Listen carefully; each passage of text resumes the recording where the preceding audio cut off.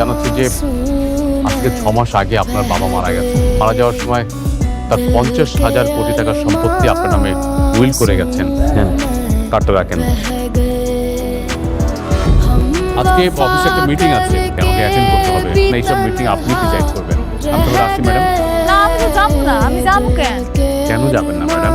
50,000 কোটি টাকার মালিক আপনি, আপনি কেন যাবেন না? আচ্ছা ঠিক আছে, যদিও আমি যাই সেটা আপনারা বললাম। ঠিক আছে ম্যাডাম। আপনি যখন যাবেন আমাকে ফোন করবেন, আমি আপনাকে গাড়ি পাঠিয়ে দেবো। সালাম। আসুন। কাজ ছিল, কি বললো? আমার কিছু ভালো লাগে না বাবা। মা, ভালো না লাগলে হবে? তুমি না এমনিতে অসুস্থ, টেনশন করছো না? বলতো মায়াটা একলা একলা রয়েছে, কি করতেছে কি রে মা? এত তাড়াতাড়ি দোকান থেকে পড়লি, কিছু হয়েছে? আব্বা, একটা সত্যি কথা জিজ্ঞেস করবেন? কি কথা? মানে কে আমি, আমার পরিচয় কি? তোর মায়া কয় কি?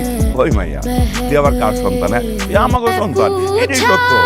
আব্বা সত্যি করে কও না, হঠাৎ তো এসব কথা কইতে ফুটছে। দেখুন কে আমার নামে এতগুলা টাকা লিখে রাখে গেছে। মারে, তোর যাওয়ার দরকার নেই মা। আমাকে কেন কষ্ট করে তুই ব্যাংকে যাবি?